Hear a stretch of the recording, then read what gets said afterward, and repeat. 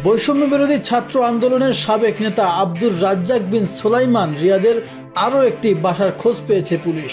আর সেই বাসা থেকে উদ্ধার করা হয়েছে নগদ 2,98,000 টাকা।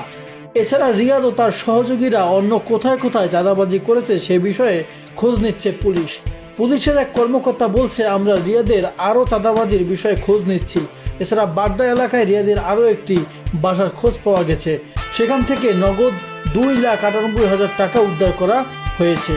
গত 26 জুন আওয়ামী লীগের সাবেক এমপি আব্দুল কালাম আজাদের গ্রিন রোডের ব্যবসা প্রতিষ্ঠান যান রিয়াদ ও তার কয়েকজন সহযোগী। মদ তৈরির হুমকি দিয়ে তার গলায় জুতার মালা পরানোর হুমকি দেওয়া হয়। এরপর আজাদের কাছ থেকে 5 কোটি টাকার চেক এবং একটি জমির দলিল নেন রিয়াদ। নবম জাতীয় সংসদের রংপুর 6 আসনের এমপি ছিলেন আজাদ। এদিকে রিয়াদের ঢাকার ভাড়া বাসা থেকে 2,98,00,000 টাকার 4টি চেক উদ্ধার করেছে ঢাকা মহানগর গোয়েন্দা পুলিশ।